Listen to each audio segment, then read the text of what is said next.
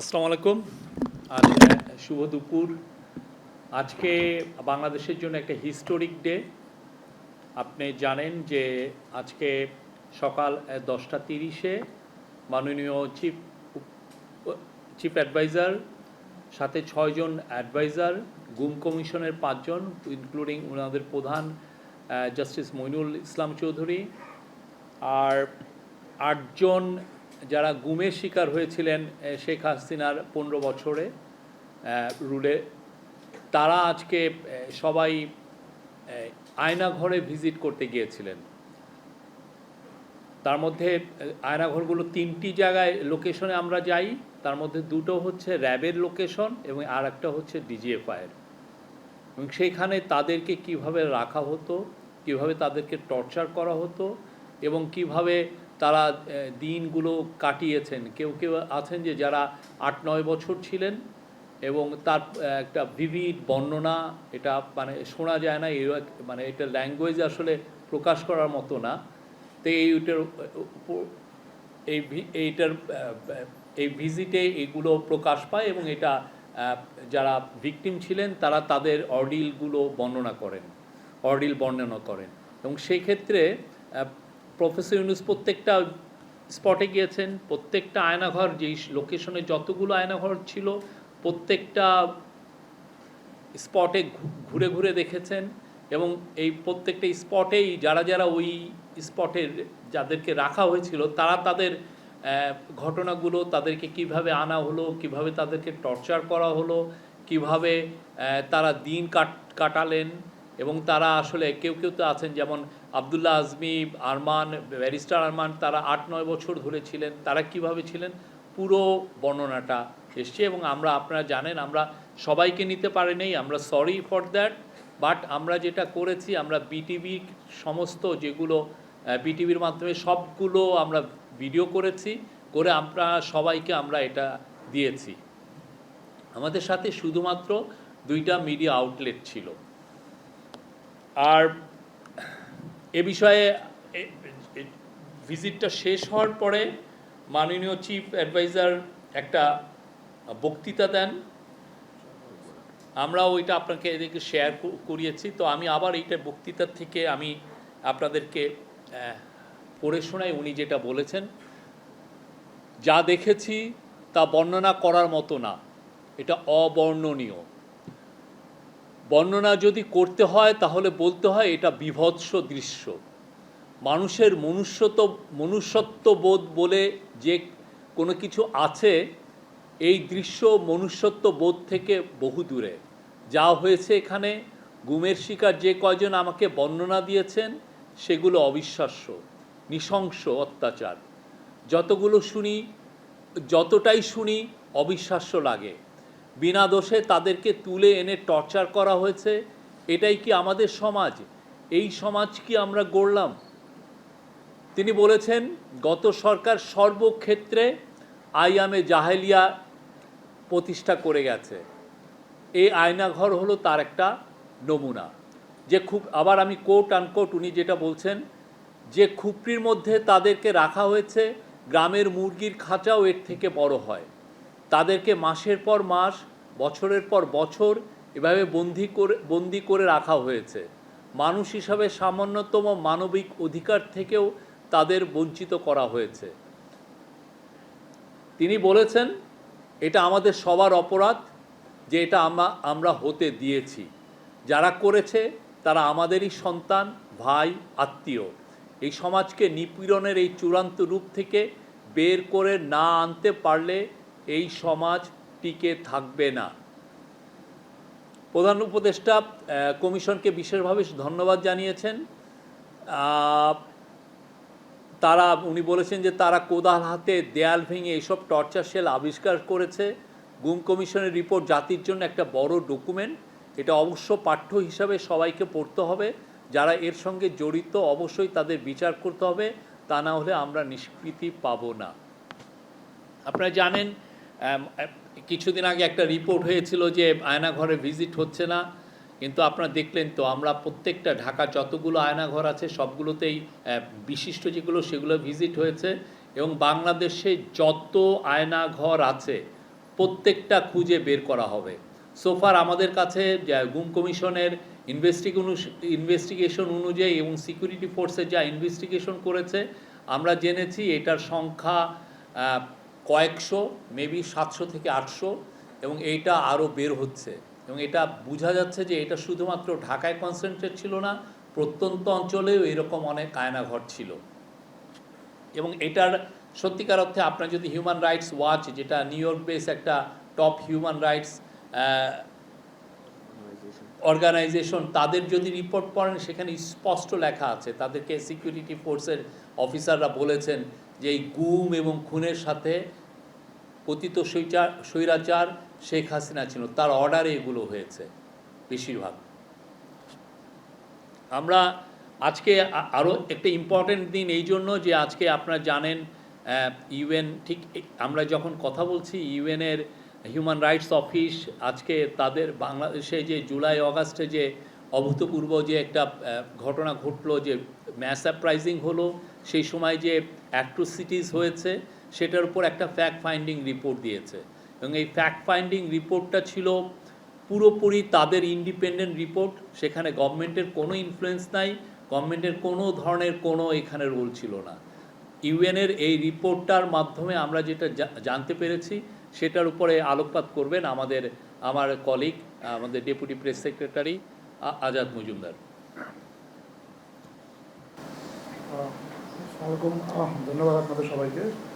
আপনারা হয়তো পত্রিকায় এর মধ্যে কিছু কিছু তথ্য দেখেছেন, আর এই রিপোর্টের কিছু একটা হাইলাইটেড কিছু অংশ আমরা এর মধ্যে আপনাদের সাথে শেয়ার করেছি। আপনারা দেখেছেন যে কীভাবে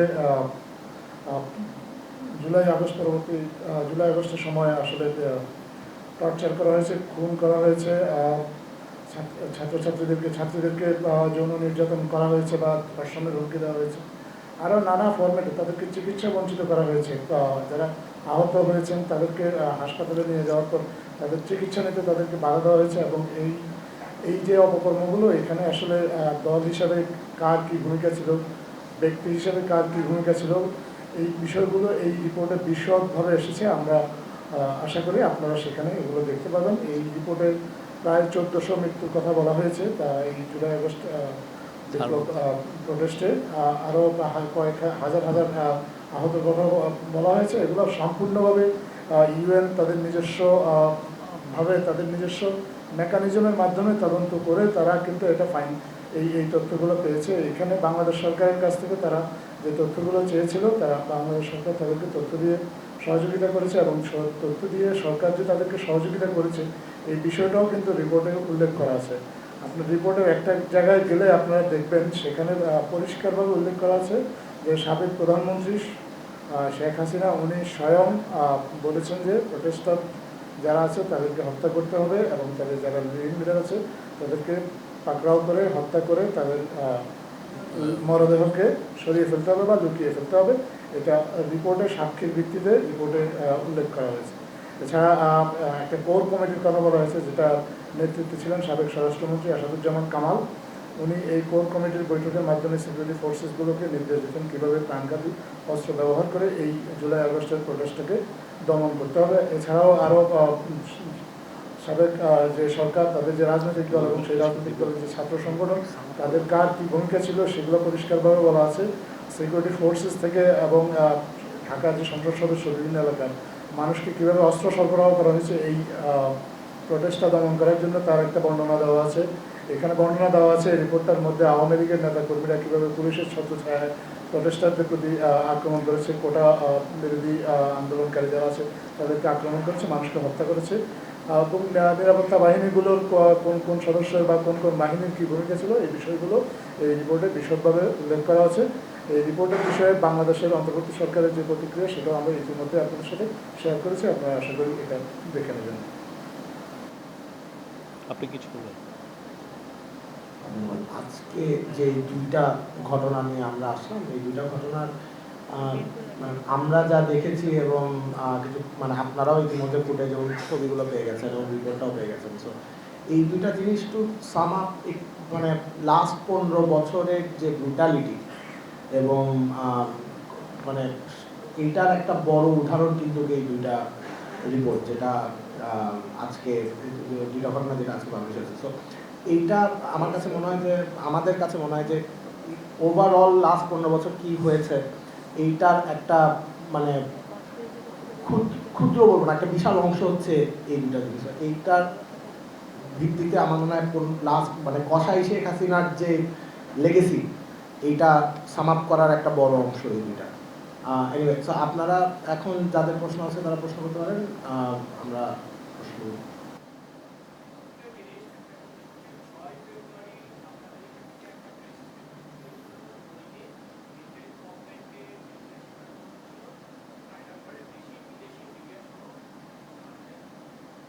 অ্যাডভাইজার মহোদয় ভিজিট করবেন। আজকে আমরা অলরেডি দেখেছি কি বিভৎস বর্ণনা, আমরা নানা জায়গা থেকে অকল্পনীয় লোমহর্ষক বর্ণনা আমরা পাচ্ছি। আমার প্রশ্ন হচ্ছে যে এই দেশি বিদেশি মিডিয়ায় কারা গিয়েছিলেন এবং এইটার বিষয়ের ক্রাইটেরিয়াটা কিরকম ছিল? আপনার না, আপনার প্রথম প্রশ্নটা আমরা দ্বিতীয় প্রশ্ন রিজার্ভেশন কোন গ্রুপের থেকে কোনো রিজার্ভেশন ছিল কিনা? আর আরেকটা জিনিস আমি বলে নেই যে গুম কমিশনের রিপোর্টের পরেও অ্যারেস্ট ওয়ারেন্ট ইস্যু হয়েছে বেশ কিছু লোকের নামে, তারা অনেকেই এখনো গ্রেপ্তার হয়নি। একটা বিশেষ বাহিনীর লোকজন যারা আমরা দেখতে পাচ্ছি তারা গ্রেপ্তার হয়নি। তো এই বিষয়ে আপনাদের মন্তব্য। আমি আপনার প্রথম প্রশ্নটা বলি যে আমরা যে জায়গাগুলো গেলাম আপনারা দেখেছেন, এটা ছবি আমরা দিয়েছি, খুবই টাইনি, খুবই ক্ষুদ্র ক্ষুদ্র রুম, এবং এটা যে প্যাসেজ খুবই দূর। কিছু কিছু ক্ষেত্রে দেখা যাচ্ছে যে আমরা ওই ইট ভেঙে ওইটার থেকে প্যাসেজ তৈরি করা হয়েছে। তো পুরো বিষয়টা আসলে লজিস্টিক্যালি এটা একটা চ্যালেঞ্জ ছিল। সেই জন্য আমাদের আইডিয়া ছিল যে আমরা বিটিভির থেকে নিব, বিটিভির এবং পিআইডির থেকে আমরা ফটোগ্রাফার নিয়েছি, বিটিভির থেকে আমরা টেলিভিশনের দুটো ক্যামেরাম্যান নিয়েছি, এবং আমাদের নিজস্ব যারা প্রেস উইংয়ের একজন ফটোগ্রাফার ছিলেন উনি ছিলেন। এছাড়া আমরা বাইরের থেকে নিয়েছি আল জাজিরাকে আর নেত্র নিউজ জানেন সে বাংলাদেশ ফোকাস একটা নিউজ ওয়েবসাইট, এবং তাদের এই যে আয়নাঘরের বিষয়ে তাদের যথেষ্ট অবদান আছে। তারা কিন্তু এটার সাথে ডগেডলি তারা কিন্তু এই জিনিসটা পার্সিউ করছিল সেই স্টোরিটা। তো তাদেরকে আমরা নিয়েছি, আর একজন সাংবাদিকও ছিলেন। এর বাইরে আমরা নিতে পারিনি, আসলে লজিস্টিক্যালি এটা খুব চ্যালেঞ্জিং ছিল এইটা নেওয়ার বিষয়টা। আর আপনি যেটা বললেন যে যাদের বিরুদ্ধে অ্যারেস্ট ওয়ারেন্ট হয়েছে, আমরা গুম কমিশন কাজ করছে, ইন্টারন্যাশনাল ক্রাইমস ট্রাইব্যুনাল যেটা এগুলো এই কেসগুলো দেখছে তারাও কাজ করছে। আপনারা যথাসময়ে এগুলোর রেজাল্ট পাবেন। আমি ওই সমকালে কাজ করি, আমার নাম অমিত সুপাল। আমি একটা বিষয় একটু জানতে চাচ্ছিলাম, এটা হলো শোনা যাচ্ছে? হ্যাঁ হ্যাঁ বলেন। আমার মনে হয় আপনি নিজেও সেখানে উপস্থিত ছিলেন নাকি? জি জি আমি ছিলাম। তো আপনার কি মনে হয়েছে যে কোনো আলামত নষ্ট করা হয়েছে 5 আগস্ট পরবর্তী সময়ে, এবং করলে পরে সেটা কারা করেছে সেটা সম্পর্কে কি বলবেন? না, আলামত নষ্ট করা হয়েছে কি হয়েছে না সেটা গুম কমিশন দেখছে, এবং সেই অনুযায়ী এটার উপরে যখন কেসগুলো হচ্ছে ইন্টারন্যাশনাল ক্রাইমস ট্রাইব্যুনাল তাদের প্রসিকিউটররাও দেখছে। আমরা প্রত্যেকটা জিনিসগুলো দেখছি, এবং সেই আলোকে আমরা যেটা করেছি যে এটা এখন এই একটা এভিডেন্স হিসেবে গুমের এই প্রত্যেকটা আয়নাঘরগুলো এখন সিলগালা করা থাকবে, বিকজ এটা আমাদের লিগ্যাল প্রসেসে এটা লাগবে। তো সেই বিষয়টা আপনার মনে হয়েছে যে আলামতগুলো নষ্ট করা হয়েছে এবং এখন মনে হওয়া এটা তো লিগ্যাল বিষয়, ওরা এটা ডিসাইড করবেন, ওনারা বলবেন যে কিভাবে এটা আদৌ হয়েছে কি হয়ে নাই। তবে আমরা কিছু কিছু জায়গায় দেখেছি যে কিছু কিছু জায়গায় প্লাস্টার করা হয়েছে, যেটা বা কোনো কোনো জায়গায় দেখা যাচ্ছে যে রুমটা একটু ছোট টাইনি ছিল, সেটাকে মানে ওইটা ভেঙে দেয়ালটা ভেঙে এটাকে বড় দেখানো হয়েছে। বাট এটা কি সত্যিকার অর্থে এটা কি এটা কি একটা ইচ্ছাকৃত নাকি ইচ্ছাকৃত না, এগুলো তো গুম কমিশন এবং ইন্টারন্যাশনাল ক্রাইমস ট্রাইব্যুনাল তারা এটা বিচার করবেন। এবং সেই জন্য আমরা যেটা এটা গুম কমিশনের থেকে বলা হয়েছে যে এই প্রত্যেকটা এই জায়গাগুলো এখন সিল করা থাকবে আনটিল ফার্দার ইনভেস্টিগেশন, এটার উপরে ইনভেস্টিগেশন হবে আরও। শহীদ ভাই, আমার নাম বিলাল হোসেন, এখন টেলিভিশনে কাজ করি। যখন আয়নাঘর পরিদর্শন করছিলেন আপনারা, এর মধ্যেই জাতিসংঘের মানবাধিকার কমিশন একটি রিপোর্ট প্রকাশ করেছে। সেখানে বলা হয়েছে যে 1400 মানুষ হত্যা করা হয়েছে জুলাই গণঅভ্যুত্থানে, এবং 11,000-এর বেশি আহত হয়েছে, শিশুদের কথা বলা হয়েছে, এবং এই হত্যাকাণ্ডের নির্দেশদাতা হিসেবে শেখ হাসিনার কথা বলা হয়েছে, স্বরাষ্ট্রমন্ত্রীর কথা বলা হয়েছে, এবং আওয়ামী লীগের সাধারণ সম্পাদক শব্দটা উল্লেখ করা হয়েছে, মানে দলের সাধারণ সম্পাদক। আমরা যখন দেখি যে এই আয়নাঘর এইসব হত্যাকাণ্ড নিয়ে ব্যক্তিদের বিচারের প্রশ্ন ওঠে, কিন্তু দল হিসাবে আওয়ামী লীগের যে দায় এখানে চলে আসে, সেই দায়টা অনেকে এড়িয়ে যেতে চায় এবং এখন অনেকেই আওয়ামী লীগকে নির্বাচনে নিয়ে আসার কথা বলে। তো সেই জায়গায় আওয়ামী লীগের দায় নিয়ে সরকার কি ভাবছে এবং আওয়ামী লীগ দল হিসেবে আওয়ামী লীগের বিচারের বিষয়ে সরকার কি ভাবছে?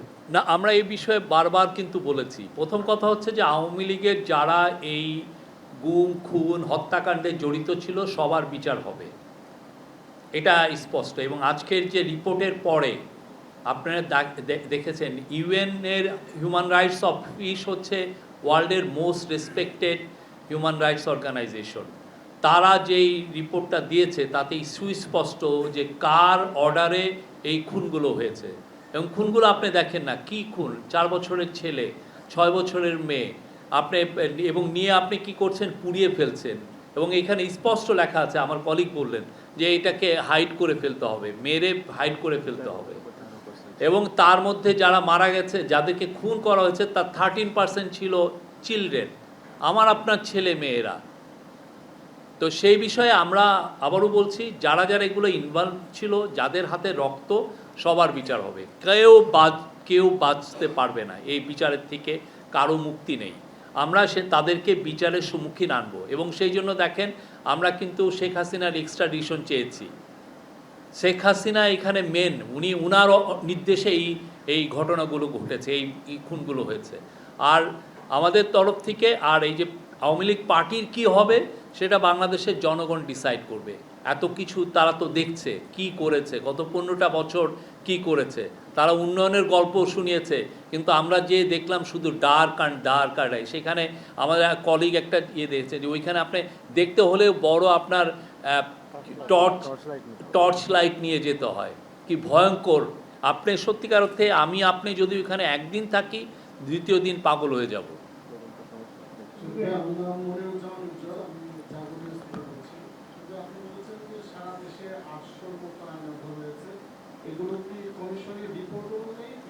এটা আমরা ধারণা করছি, এটা কিন্তু ইনভেস্টিগেশনের পার্ট, এটা ইনভেস্টিগেশন হচ্ছে।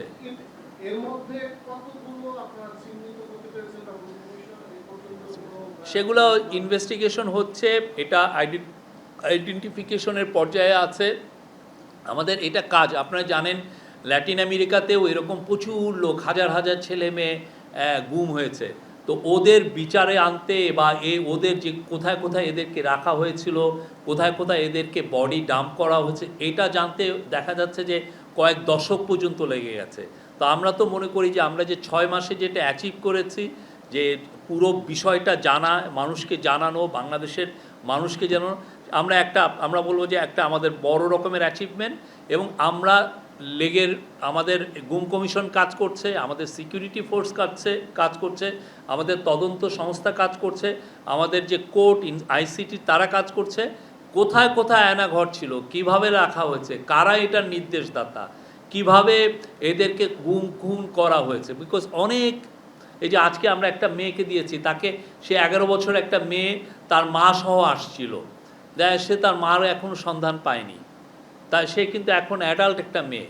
তো এই যে আপনি দেখেন যে কি ভয়ঙ্কর আমরা প্রত্যেকটা আয়নাঘর খুঁজে বের করব এবং এইটার বিষয়ে আপনার সামনে আরও শুনতে পারবেন, আরও জানতে পারবেন। আমরা জানি যে আইন শৃঙ্খলা রক্ষাকারী বাহিনী বিভিন্ন সময় বিভিন্ন জায়গায় নিয়ে লোকজনকে জিজ্ঞাসাবাদ করে। আপনারা যেটাকে আয়নাঘর বলছেন, অদূর ভবিষ্যতে আবার আমরা এমন শুনতে পাবো কিনা যে এই সরকারের আমলেও কাউকে জিজ্ঞাসাবাদের জন্য এ ধরনের আয়নাঘরে রাখা হয়েছে? আপনার 6 মাসে কি দেখেছেন এরকম কোনো? আপনার 6 মাসে আপনারা দেখেছেন?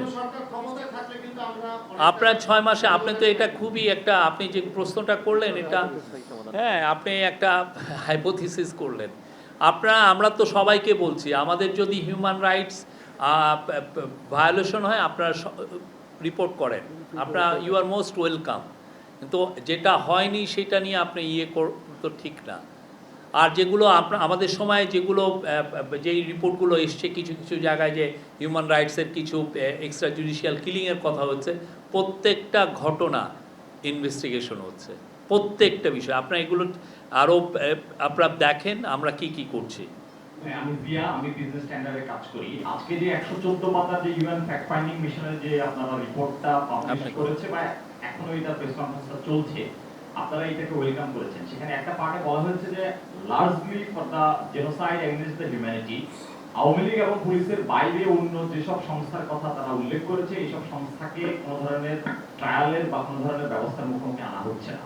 এইটাতে আপনাদের প্রতিক্রিয়া কি? ধন্যবাদ। এই যে ইউএনের যে রিপোর্ট আজকে, এই রিপোর্টের যে সুপারিশগুলো দেওয়া আছে, এই সুপারিশগুলো সরকার অত্যন্ত গুরুত্বের সাথে বিবেচনা করবে এবং প্রত্যেকটা সুপারিশ কার্যকর করার চেষ্টা করবে, যাতে করে এই ধরনের ঘটনার আর কখনো পুনরাবৃত্তি ঘটানোর কেউ সাহস না হয়। আমি স্পেসিফিক্যালি আপনার পুলিশ এবং আওয়ামী লীগ শুধু বিচারের মুখোমুখি হচ্ছে, এর বাইরে আর কোনো সংস্থা, যেসব সংস্থা ইন্টিমিডেশন করেছে, হাসপাতালে গিয়ে বলেছে যে আপনার আহতদের বা সিভিয়ারলি ইনজুর্ডদেরকে ট্রিটমেন্ট দেওয়া যাবে না, এরকম ঘটনাও ঘটেছে এবং সিকিউরিটি ফোর্সের অনেকগুলো সংস্থার কথা ওই রিপোর্টে বলা হয়েছে, কিন্তু তাদের বিরুদ্ধে লার্জলি কোনো ধরনের ব্যবস্থা ইন্টারিম গভর্নমেন্ট নিচ্ছে না, এটাও ওই রিপোর্টে বলা হয়েছে। এটাতে আপনাদের প্রতিক্রিয়া? রিপোর্টটা আজকে রিলিজ হয়েছে, সুপারিশগুলো আজকে অন্তর্বর্তীকালীন সরকারের কাছে এসে পৌঁছেছে। এখন অন্তর্বর্তীকালীন সরকার এই সুপারিশগুলো পুঙ্খানুপুঙ্খভাবে পরীক্ষা করবে এবং এগুলো কীভাবে বাস্তবায়ন করা যায় সে বিষয়ে সিদ্ধান্ত গ্রহণ করবে। এই সুপারিশ অনুযায়ী সরকার কাজ করবে। শফিক ভাই, আমি সাগর এনটিভি থেকে বলছিলাম। আপনারা আজকে যে 3টি লোকেশনে গিয়েছেন, সেখানে র্যাবের পরিচালিত একটি ছিল এবং আরেকটি এক সংস্থার পরিচালিত আরেকটি আয়নাঘর ছিল। তো আমরা আইন শৃঙ্খলা বাহিনীর মধ্যকার যে সকল বাহিনী রয়েছে সেগুলো সংস্থার কথা শুনছি। তো সেই সংস্থা, তার ব্যাপারে আসলে আপনাদের কি ধরনের সংস্কার পরিকল্পনা রয়েছে বা আপনারা এটা নিয়ে আসলে কাজ করবেন কিনা? আমাদের তো অনেকগুলো রিফর্ম কমিশন কাজ করছে, আমাদের জুডিশিয়াল রিফর্ম কমিশন কাজ করছে, পুলিশ রিফর্ম কমিশন কাজ করছে, এগুলোর অনেকগুলোর আওতায় এই সমস্ত জিনিস পড়বে, আপনি দেখবেন। তো আমরা বাংলাদেশে যত প্রত্যেকটা সিটিজেনের যাতে হিউম্যান রাইটস আপহোল্ড থাকে সেই জন্য আমরা কাজ করছি এবং সেই অনুযায়ী আমরা অবশ্যই নিশ্চিত করব যে যাতে ভবিষ্যতে বাংলাদেশের কোনো সিকিউরিটি ফোর্স যাতে কারো হিউম্যান রাইটস ভায়োলেশন না করে। আমি দেশ টিভি থেকে জান্নাতুল মোহনা বলছি। জাতিসংঘের যে প্রতিবেদনটি বের হলো সেখানে র্যাব এবং এনটিএমসি কে বিলুপ্ত করার একটি সুপারিশ করা হয়েছে। তো আপনারা সেটাকে কিভাবে দেখছেন এবং রাজনৈতিক দল নিষিদ্ধের ব্যাপারে বিরত থাকতে আপনাদেরকে আহ্বান জানানো হয়েছে, সেই বিষয়টা নিয়ে যদি বলতেন। ধন্যবাদ। আমরা এই মুহূর্তে ইতিমধ্যে কিন্তু আপনার এই প্রশ্নের জবাব দিয়েছি যে আমরা রিপোর্টটা বর্তমান অন্তর্বর্তীকালীন সরকার আজকে পেয়েছে এবং এই রিপোর্টের যে সুপারিশ সেই আলোকে সরকার কাজ করবে, সুপারিশগুলো উপযুক্ত নিয়মে বাস্তবায়ন করার চেষ্টা করবে। শফিক ভাই, আমি মোস্তফা মল্লিক, চ্যানেল আই থেকে বলছিলাম। আমার একটা প্রশ্ন হচ্ছে যে আমাদের কাছে যতটুকু তথ্য ছিল যে বিভিন্ন বাহিনীর আলাদা আলাদা আয়নাঘর ছিল, এর মধ্যে একটা ছিল হচ্ছে যৌথ বাহিনীর আয়নাঘর, এবং এটা এর আগে যখন আওয়ামী লীগ সরকার ছিল তখন বিভিন্ন গণমাধ্যম শেষ দিকে ছোটখাটো আকারে করেছে। সেই এ ব্যাপারে আপনারা কিছু পেয়েছেন কিনা, এটা নাম্বার একটা প্রশ্ন। আর একটা হচ্ছে যে মধ্যম পর্যায়ের সকল কর্মকর্তা সকল বাহিনীর তারা জানতেন যে আয়নাঘর আছে এবং সেখানে গুম করা হচ্ছে অথবা নিয়ে আটকে রাখা হচ্ছে, তো সেই বাহিনীর কর্মকর্তারাও কিন্তু এখনো দায়িত্বে আছে। একটা উদাহরণ দিয়ে বলি, যখন মিয়ানমার থেকে প্রচুর পরিমাণে মানুষজন আসছেন তখন গণমাধ্যম কর্মীরা যখন প্রশ্ন করতেন যে এই ক্ষেত্রে এই বাহিনীর কাজ কি, তখন বাহিনী প্রধান থেকে এমনও বলা হয়েছে যে আসলে 1 নম্বর ব্যক্তি সবকিছু জানেন, এটা নিয়ে সাংবাদিকদের প্রশ্ন করতে হবে না। তো প্রধানমন্ত্রীর কার্যালয় সব জানেন, তিনি খোঁজ খবর নিচ্ছেন, আপনারা প্রশ্ন করবেন না। তো সেই ধরনের ব্যক্তিরাও এখনো দায়িত্বে আছে।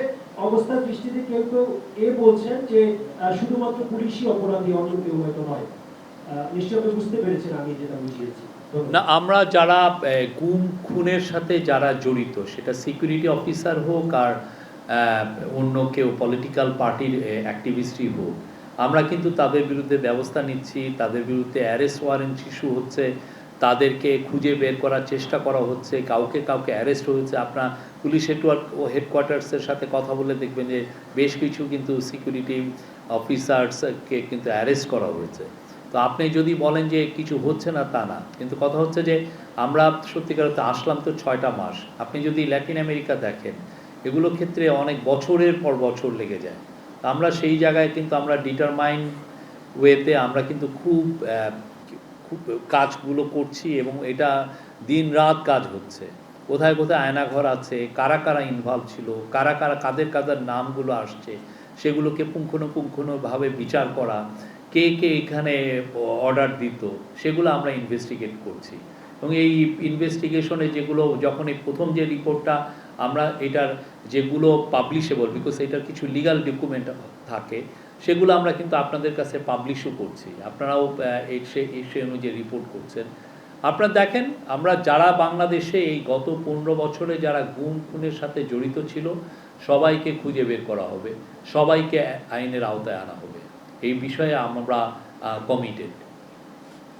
আসসালামু আলাইকুম, আমি সাদমান শাহ, কাজ করছি দ্য ফাইন্যান্সিয়াল এক্সপ্রেস। নির্বাচনের বিষয়ে বলা হচ্ছে যে ডিসেম্বরে নির্বাচন হওয়ার একটা সম্ভাবনা আছে। তো তার পূর্বে এই গুম খুন কিংবা বিগত আন্দোলনে যারা সরাসরি হামলার সাথে বা ঘটনার সাথে জড়িত তাদের বিচার প্রক্রিয়া কতটুকু সম্পন্ন হতে পারে, আমার প্রথম প্রশ্ন। আর দ্বিতীয় প্রশ্ন হচ্ছে, দেশের বর্তমান যে একটা আমরা মব জাস্টিসটাকে দেখতে পাচ্ছি বা বিভিন্ন জায়গায় শৃঙ্খল একটা পরিবেশ তৈরি হয়েছে, এ বিষয়ে সরকার কতটুকু পদক্ষেপ নিচ্ছে এবং বর্তমান যে অপারেশন চলছে এটি কি মানবাধিকার পূর্ণ হওয়ার কোনো সম্ভাবনা আছে কি? আপনি শেষের যেটা বলছিলেন সেটা সম্ভাবনা না, আশঙ্কা বলা উচিত ছিল। তো আমরা সেই অনুযায়ী কিন্তু আইন শৃঙ্খলা বাহিনীকে নির্দেশ দেওয়া হয়েছে চিফ অ্যাডভাইজারের তরফ থেকে, ইন্টারিম গভর্নমেন্টের তরফ থেকে, যে অবশ্যই আমরা দেশে যারা নৈরাজ্য সৃষ্টি করতে চায় এবং যাদের বিরুদ্ধে সুস্পষ্ট অভিযোগ আছে তাদেরকে এই অপারেশন ডেভিল হান্টের মাধ্যমে আইনের আওতায় আনা হবে। কিন্তু অ্যাট দ্য সেম টাইম আমরা ইন্টারিম গভর্নমেন্টের থেকে সিকিউরিটি ফোর্সের কাছে নির্দেশনা গিয়েছে যে আরও যেন কোনো হিউম্যান রাইটস ভায়োলেশন না হয়। এইটা একটা। আর একটা হচ্ছে নির্বাচনের বিষয়ে আমার মনে হয় যে আমরা এটা নিয়ে অনেক কথা বলেছি। এটা আমরা সেটা নিয়ে আইন মন্ত্রণালয়, ইন্টারন্যাশনাল ক্রাইমস ট্রাইব্যুনাল তারা এটা নিয়ে কাজ করছে। তারা যতটা, কিছুদিন আগে দেখবেন 2-3 দিন আগে প্রফেসর ইউনূস কিন্তু এটা নিয়ে বক্তব্য দিয়েছেন যে আমরা তাড়াতাড়ি করলে যেন অবিচার না হয়ে যায়। উনি কিন্তু এটার কথা বলেছেন। আমরা এমন কোনো তাড়াতাড়ি করব না যার জন্য একজনের উপরে আপনারাই তখন আবার লেখালেখি শুরু করবেন যে না এটা অবিচার হচ্ছে। আমরা সুবিচার নিশ্চিত করতে চাই, বিচার নিশ্চিত করতে চাই, এবং সেটাকে আপনারা দেখবেন যে এটা ইন্টারন্যাশনাল যেটা স্ট্যান্ডার্ড সেটাও মেনটেন করা হবে।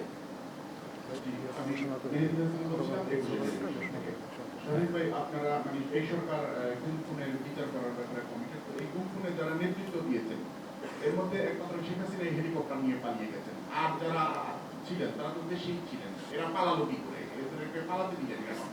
এর মধ্যে যারা একজন মেজর জেনারেলও কিন্তু অ্যারেস্ট হয়েছেন, পালিয়ে গেছেন। এটা আপনার মানে 2-1 পালিয়েছেন, আরও বেশ কিছু লোক পালিয়েছেন।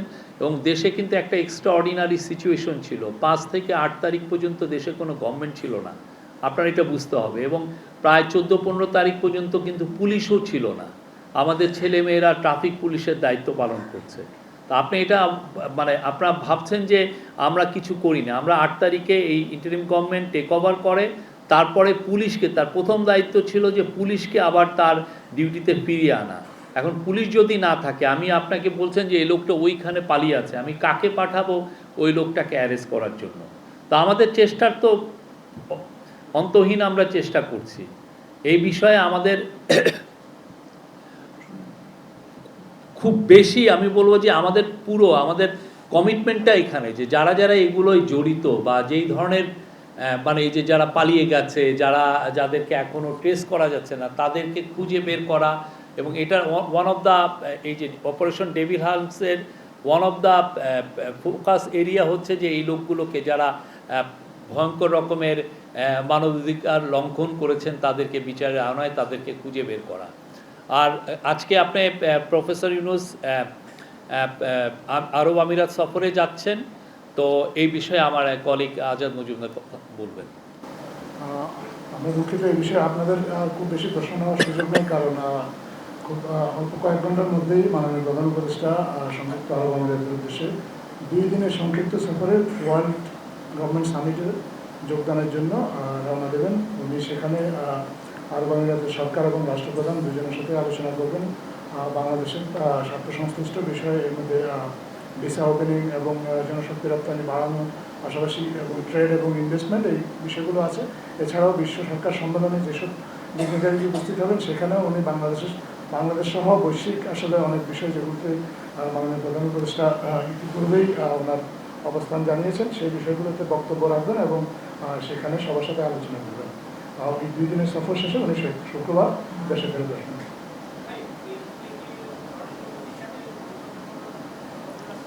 এ ধরনের কোনো সম্ভাবনা এখন পর্যন্ত আমাদের জানা নেই।